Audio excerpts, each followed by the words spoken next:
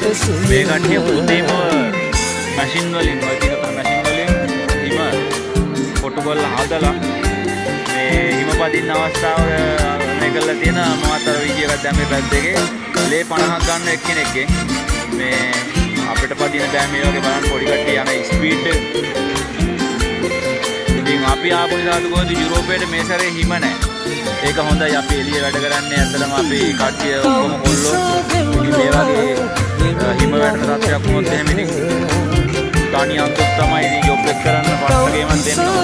ඉතින් මේ සැරේ ඒකට පොඩි chance එකක් අපි ආපු නිසාද කියලා දින ප්‍රබාදහමත් සමහරවිට අපිට උදව් කරන්න ඇති ඒකට. ඔබේ හසුන් පතන සිත ගත්තේ ඔබ සිතා මම